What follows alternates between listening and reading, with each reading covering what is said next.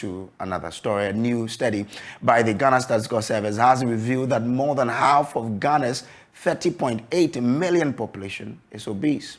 The Ghana Obesity Survey revealed that more than 50% of Ghanaians are overweight. In comparison, about 85% do not eat healthily. The survey employed 3,380 respondents as a sample size drawn from 3 major cities in Ghana: Accra, Kumasi, and Tamale. It considered variables such as height and weight to determine the obesity level of these people. Obesity and health, overweight and obesity are defined as abnormal or excessive fat accumulation that may impair health. That's according to the World Health Organization. In 2016, more than 1.9 million adults aged 18 years and older were overweight, of which 650 million adults were obese. Thus, about 13% of the world's adult population, 11% of men and 15% of women were obese as at 2016. An estimate on children by WHO, that's WHO in 2019, also showed that 38.2% million children were obese. Let's see these graphics for a better appreciation of this survey put out by the Ghana Statistical Service. Okay. Now, let's speak to a health expert to find out what this means in particular for the Ghanaian health-wise. How about the ability to work and make income? Joining me on Zoom is Dr. Maxwell Besala Conlan, who is a senior dietitian at the University of Ghana Hospital. Doc, grateful that you could join us. If you look at the statistics, these are worrying, but what really does it mean to me as a Ghanaian?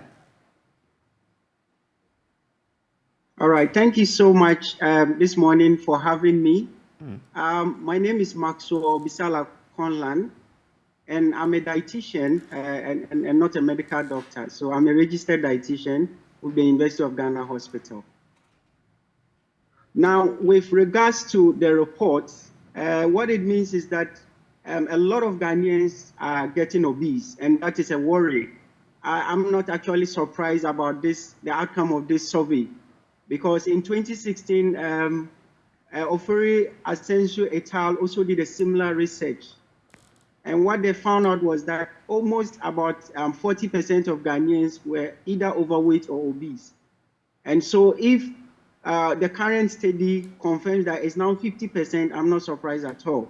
It means that over the past few years, our obesity prevalence has been increasing. And it all boils down to what we are eating as Ghanaians. And this has implications on the outcome of our health. And when you are obese, you are exposed to a lot of diseases like diabetes, hypertension, cholesterol, among others. And when this happens, it can expose you to a lot of diseases on long term, and that can have an impact on the outcome of your health. So if we are not eating right, what is accounting for it? Is it changing lifestyle, or what is it? Can we pinpoint something? Well, it's a multifactorial factors. One has to do with our lack of physical activity. A lot of us are now sitting at desks. Gone are those days when we used to go to the farm and work. People are getting cars and they are driving. They don't want to work anymore. So these are all part of the problems. But one other thing I want to point out from my experience from the clinic and among our Ghanaian people has to do with our food. A lot of us, our food is almost more than 70% carbohydrates. And when you look at the nature of a Ghanaian food, if you are not someone who is very keen on controlling your portions, if you are going to eat so much as we eat as Ghanaians, you will definitely have an excess weight gain. And for some people, the obesity is actually adored. I mean, they actually want it.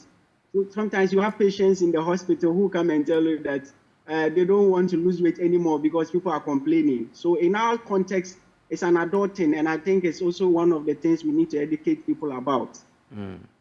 So if I understand you, if we should make exercising part of our daily routine, we will be able to overcome this.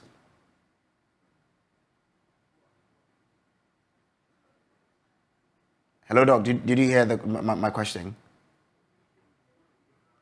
Okay. Okay, so let's try and bring you, the graphical representation of what the Ghana Statistical Service put out there so that you appreciate it better. Now, according to the World Health Organization, obesity is a high risk factor for non-communicable disease. Obesity accounted for approximately 2.8 million deaths from non-communicable diseases, and more than 1.9 billion adults aged 18 years and older are overweight, of which 650 million adults are obese. Now, according to the statistics, 13% of the world's adult population are overweight and obese. 38.2 million children are also obese. Obesity kills more people than underweight, and so you need to check all of that. Now, persons have 113% chance of being hospitalized. That's if you are an obese person. You also have 74% more likely to be admitted to the intensive care unit, and 48% are more likely to die. And this by the Harvard University Review. If you look at the graphics on your screen there, it tells you that we're looking at the total care expenses of diabetic patients in Ghana. As of 2019, the amount of money we spent on them, that was around 1,241,799 cedis. If you look at 2020, that amount jumped to 2,049,423 cedis. So that's the monies we are spending on catering for diabetic patients in Ghana. 2021, it reduced to 9,438. That's a huge reduction there. And then in 2022, we have not ended the year, but that's 388. Well, so that's the factors as put out by the Ghana Statistical Service. So let's return to Dr. Conlan, and he's a dietitian with the University of Ghana Medical Hospital.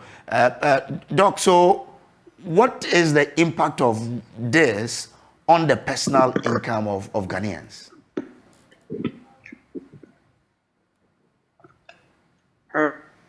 Right. So, I mean, diabetes and obesity are very key problems. So, obesity can actually lead to diabetes. And when you look at the cost of expenditure of treating diabetes, it's gone up because the cost of medications are higher now. So a lot of patients are unable to afford their medications. Now, when you put diabetes aside, let's come to blood pressure, which you are likely to get because of the excess weight. So when you get blood pressure, you are going to spend more money on medications. And the cost of medications have also gone up. Because clinic, I had a patient who, said he couldn't afford the medications anymore because of the BP and the levels are going. And so you are likely to spend almost 50% of the income of the household on the drugs. Interesting. I'm grateful to you, Doc, for giving us the time to join us here. Now,